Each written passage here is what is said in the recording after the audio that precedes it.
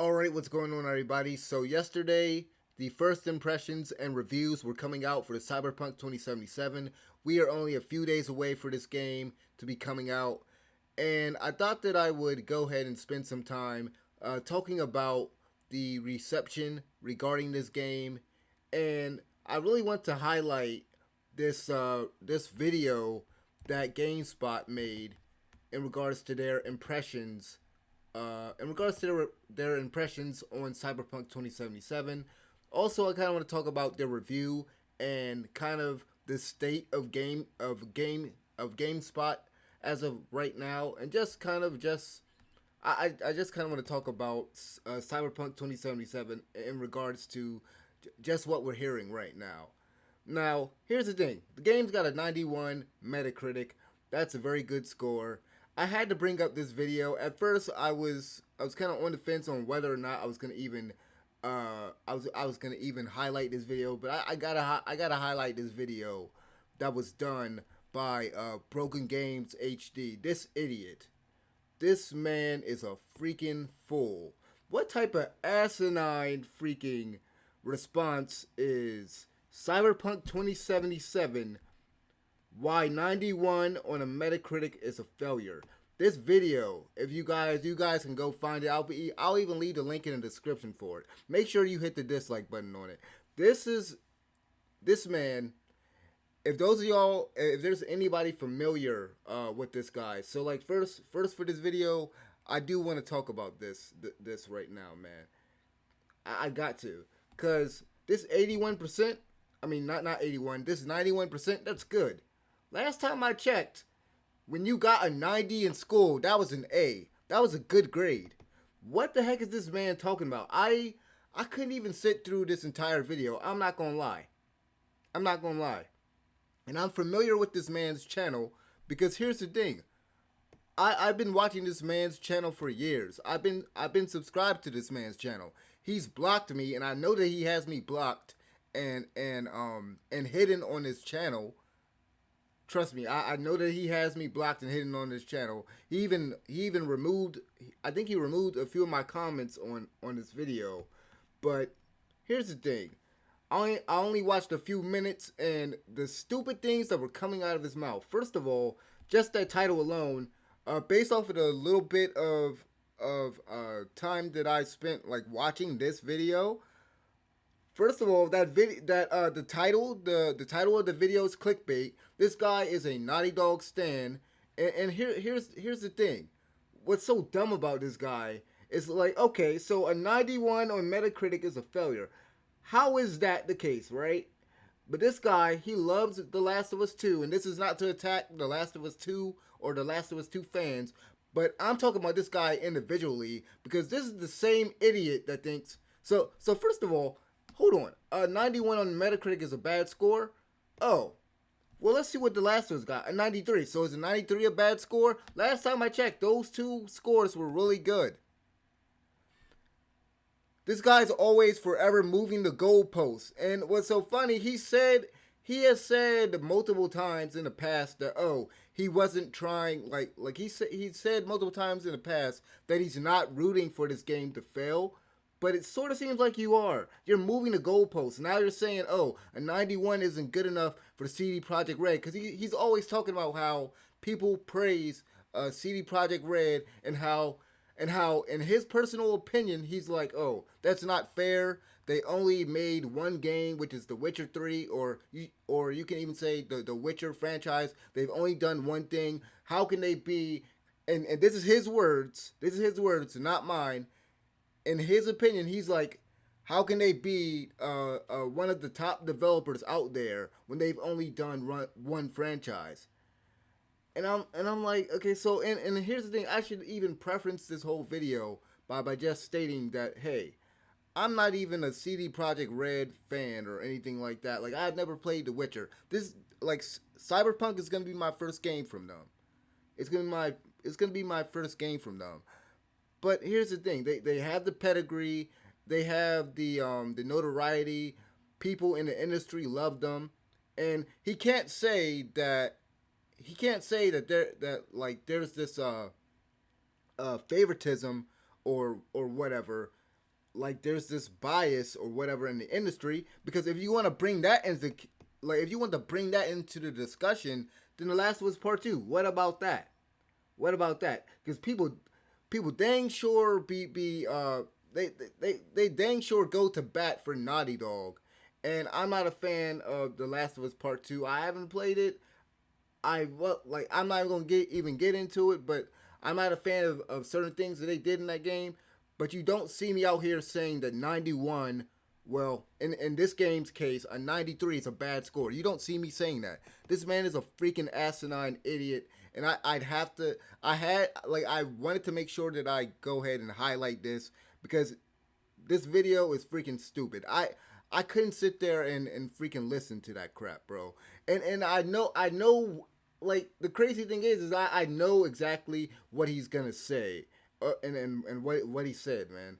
Like without watching this whole thing, I know what his argument is. Oh, this game has been in development for all these years, and then we're we're we're being told about all these bugs and stuff throughout all these reviews and everything, and with him, I know what it is. He thinks that, oh, the game doesn't live up to the hype. Well, here's the thing: the 91 on Metacritic says otherwise. But enough about his review. Well, not his review, but his video, because here's the thing. So, in terms of how this game is being perceived, it's got a 91, as you can see. A lot of positive reviews if we scroll down here. Not a lot of negative reviews. We have Games Beat that gave the game a 60. I'm gonna see if I can look at more of these reviews if this thing will load up. Hopefully it doesn't freeze up the screen or anything. If it does, then I might can't do it. So as you can see, it's a bunch of hundreds. I see a bunch of hundreds and 95s and 90s. There wasn't really a lot of negative reviews. There is one negative review that we got to talk about, and that is the GameSpot review. But overall, what I'm hearing about this game is that it's very fun, it's very ambitious, but it's very buggy, and that is to be expected given the fact that this game, number one, took this long to come out. They had to delay this game multiple times, then had to go back on their word and do crunch and everything, and then we're getting these big, massive day one, day zero patches and stuff. Honestly, I think that this game, cause it could be one of those games that don't end up. It could be one of those games that doesn't end up living up to the hype, because I'm not one of those people that put weight on Metacritic or sites like Rotten Tomatoes or anything like that.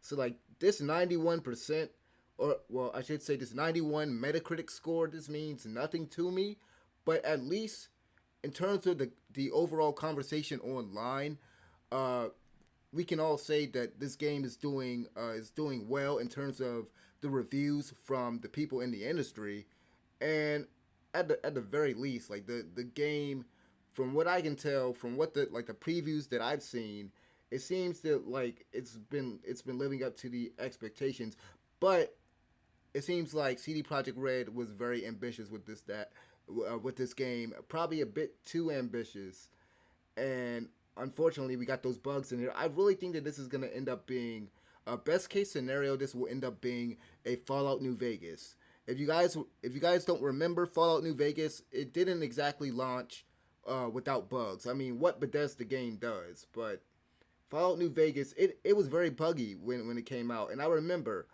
Actually, if I remember correctly, I think GameSpot gave that a 7.5 back then. But we all know how New Vegas was. So like even with the bugs and glitches, that game was phenomenal. And I think that Cyberpunk, it might be that same case.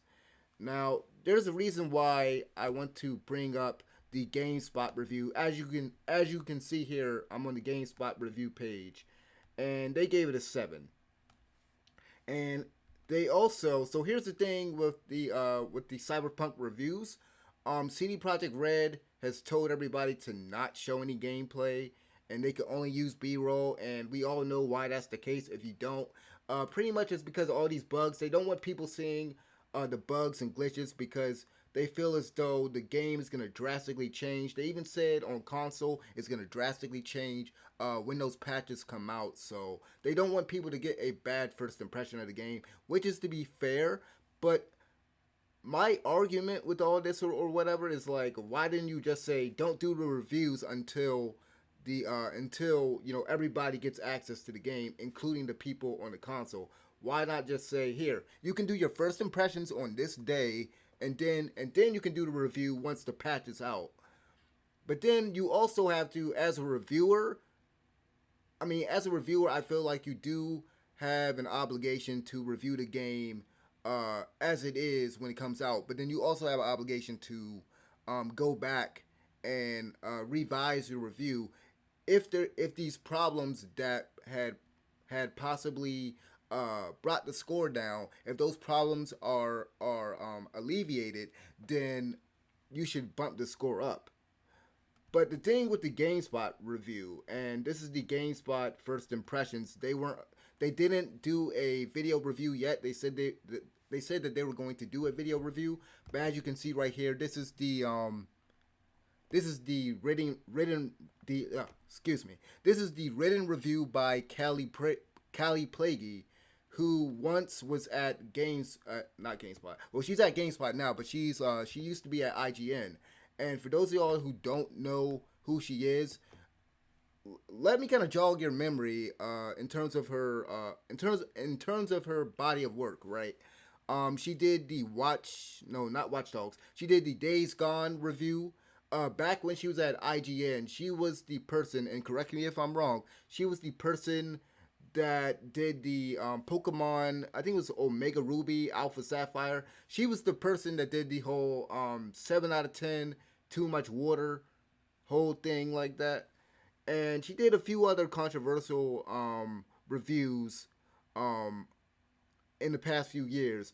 But there's a reason why I'm bringing up GameSpot's review in particular. Obviously, it's with the score. If I can go back to the page, is with the score. They gave it a 7 out of 10. And then also just with what she said in this video, I'm not gonna play it. I will leave the link in the description. You guys can go find this. People have downvoted this crap. As you can see, 4.1 likes. Oh, dang, I didn't even mean to hit the like button. Hold up. That was definitely an accident. But yeah, so 4.1 likes, 16,000 dislikes, and 4,100 likes or whatever. As you can see, people are not having it. And it's not that, and don't get the false impression that it's just mad, rabid, CD Projekt Red fanboys. Because, as I said with that guy that I just mentioned earlier, Broken Games HD, I know that, like, because I've listened to that guy so much that I know that in his head, he thinks that a lot of fanboys are attacking his video unjustifiably, possibly. But that's not the case, especially with this review. This isn't a review, but this is the first impressions. But even with the review itself, I have issues with it. First of all, the person in the middle, Callie Plaguey, she said in this video, and as I'm talking about this video, unfortunately, I'm not gonna, like I said, I'm not gonna play it, but I wanted to bring this video up, and I'm going to try to kind of paraphrase what she said and my problems with it, because here's the thing. So she says in this video that she admitted to not engaging with the RPG systems of the game. She said that she didn't upgrade her weapons. She didn't buy a new car.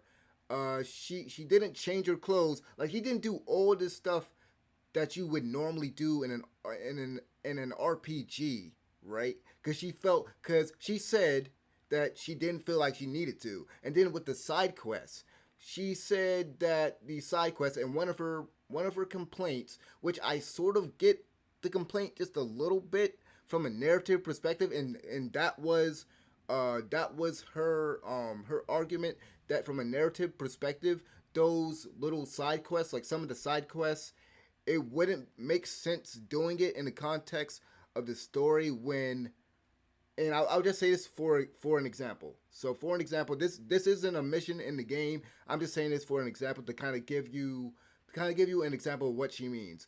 So let's say V, there's this urgent main mission where V has to save a bunch of children from a burning building, right? And then constantly you're getting these missions, these minor missions that are just like save the mailman or go deliver the mail or whatever. Like it's these minor missions.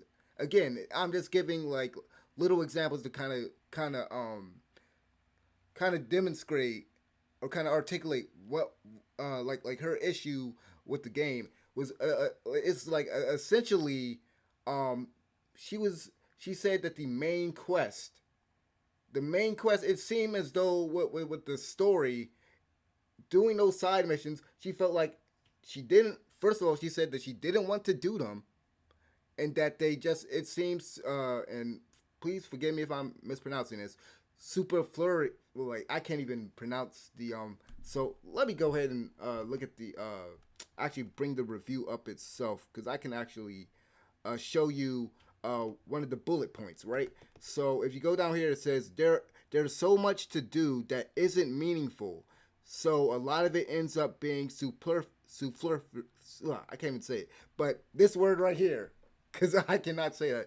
But pretty much he's saying that a lot of it seems pointless. A lot of these side missions, and that in the video she's like, "Oh, I didn't want to do them." She mentioned the fact that it was something about like the cops and like she just like ran past one mission or whatever or drove past one mission or whatever. And here's the thing. You're playing an RPG. She's saying that she didn't feel the need to engage. Essentially, she admitted that she didn't engage with the RPG systems and that she didn't feel like doing these side missions and stuff. Here's the thing. You're getting paid to play the game. How in the world you call yourself playing an RPG? And here's the thing: if I go to the review itself, hold on. If I go to review itself, down at the bottom it says Callie Plaguey Cyberpunk 2077 for 50 hours. She played for 50 hours, completed a variety of side quests and character arcs, as well as one ending for the main story. Now here's the thing. Now that doesn't line up with what she said in that video because in the video, Lucy James, she says that you couldn't beat the last mission of the game because it kept freezing on you. And so that led a lot of people to believe that she didn't beat the game. So it says that she got one ending. So I guess she beat it the first time and then she is on her second playthrough and can't beat it again. And like, okay, the thing with the bugs and stuff, okay, that's fair to take off points for that, right? That's fair. That's fair. But here's the problem that a lot of people have with this, and here's the problem that I have with this. GameSpot, and I get it. There's all these different reviewers. She is not the same reviewer, and correct me if I'm wrong, but she's not the same reviewer that reviewed Assassin's Creed Valhalla and that reviewed Watch Dogs Legion. I know she's not the same one that reviewed Watch Dogs Legion. That was Timur Hussein or whoever the dude is. But yeah, different reviewers. So I get it. It's gonna be different impressions. But however, GameSpot, just like IGN or any other game outlet, they have their own scale. And let me make sure this thing is recording. Hold on. Yeah, I just gotta make sure that it's like not messing up because OBS be messing up sometimes. But like GameSpot and IGN, they have their own scale. They have their own like their own what's the word I'm looking for? Like they have their own criteria as to what a 8 is and the 6 is and the 7. I'm pretty sure. So you can't say, and I know for a fact that Valhalla has bugs. We all know it's a Ubisoft game and it's Assassin's Creed. It has bugs and glitches. And then even with Watch Dogs also, right? And here's the thing. This is not adding up across the board. And like I said, I get it. It's a different reviewer. But here's the thing. A lot of her problems with this game, outside of the bugs and stuff, and then her Her herself not wanting to engage with the RPG systems and then not doing these side quests and stuff, or not doing a lot of these side quests to really experience the game, which is supposed to be her freaking job. They're paying you to do that. That's what you're supposed to be doing. I'm not saying you have to play every single side quest, but you have to play enough to where you can say, okay, how is this going to be for anybody who buys this game? You're supposed to be able to give me an impression on whether or not these side missions are good or bad. And you're saying you just admitted to the audience that you didn't play that stuff. So yeah, but what was I saying? But yeah, so like everybody has their own rubric and stuff when it comes to that. But one of her problems is with the narrative, and this is the thing that freaking kills me with GameSpot lately. And it's not even just recently this year. It's been a long time. I feel like the people that were good at GameSpot, they are long since gone. The last decent person that I respected from GameSpot was Daniel Dwyer, and he's gone. These guys, these people, they don't care about video games. I'm serious. I'm being dead serious. I'm not being freaking. What's the word I'm looking for? Like I'm not blowing it out of proportion, man. Like they only care about the narrative. They only care about narrative. They care about story. They shouldn't even be called GameSpot. They should be called Story Spot or whatever, bro. Because they don't care about the gameplay. I looked at I looked at how many reviews. I looked at the it was either the Assassin's Creed or Watch Dogs review where they spent like half the dang review talking about the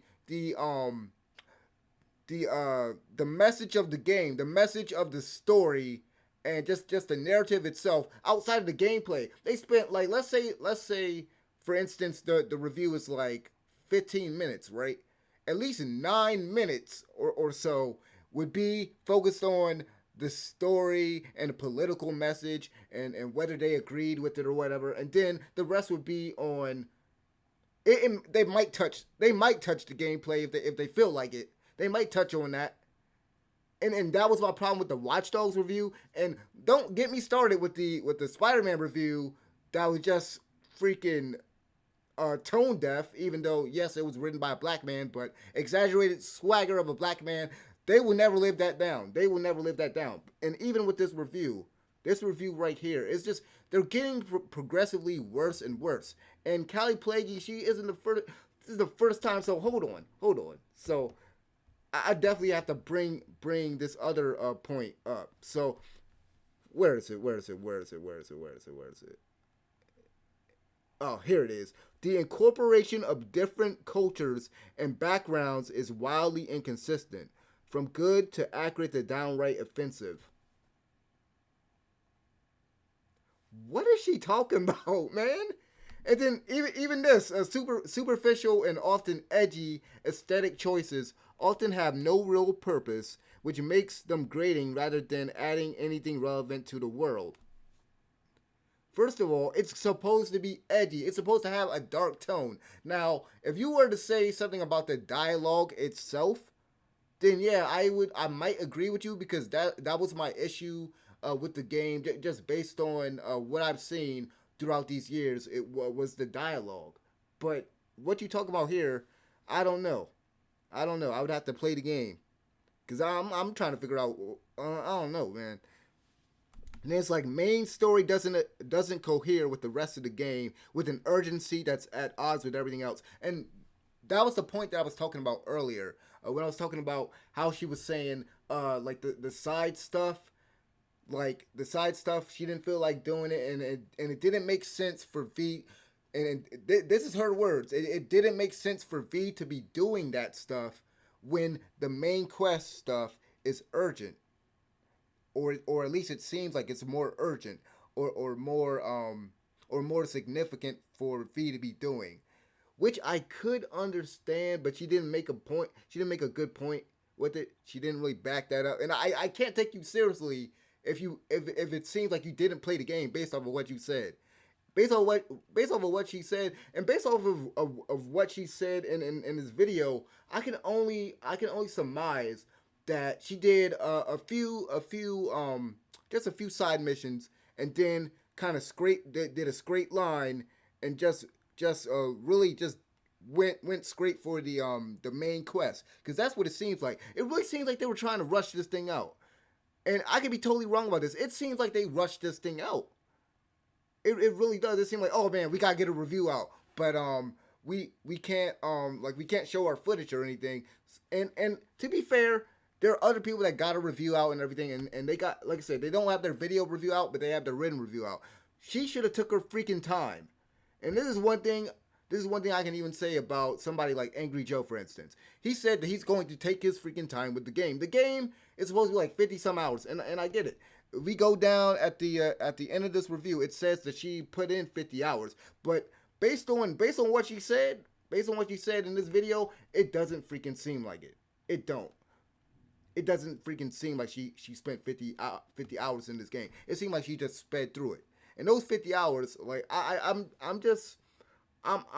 very skeptical on whether on like just how valid her opinion is.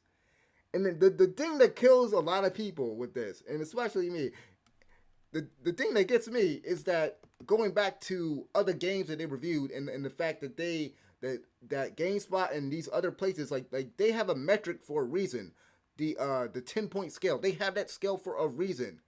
You can't say that Valhalla is an 8 and then like, okay, so the bugs aren't so there are bugs in Valhalla. There's glitches in Valhalla, right? There's bugs and glitches in Valhalla. And I'm pretty sure there's some in Watch Dogs, because I saw Angry Joe's review. So I know that there's bugs in there, but hey, you like the message.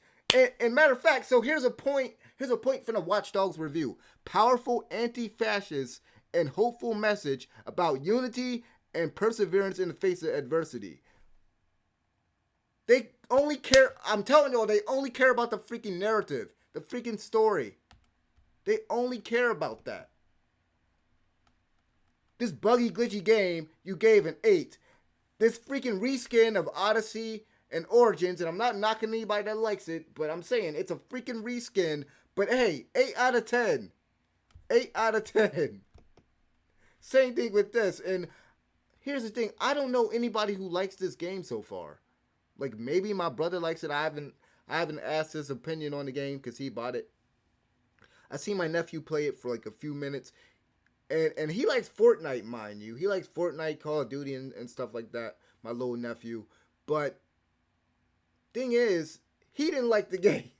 He played it, like, I saw him play, like, maybe, like, the first hour or whatever. He didn't like the game.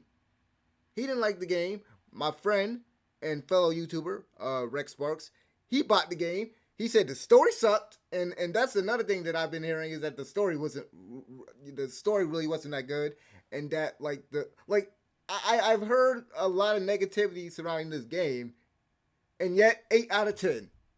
8 out of 10. 8 out of freaking 10. But okay. So let's go through her points one more time. So there's so much to do that isn't meaningful. What she was saying in that video, first impressions thing, in this video, like what she was saying, like the whole time I'm just like, oh, so too much content, 7 out of 10. Too much filler, 7 out of 10.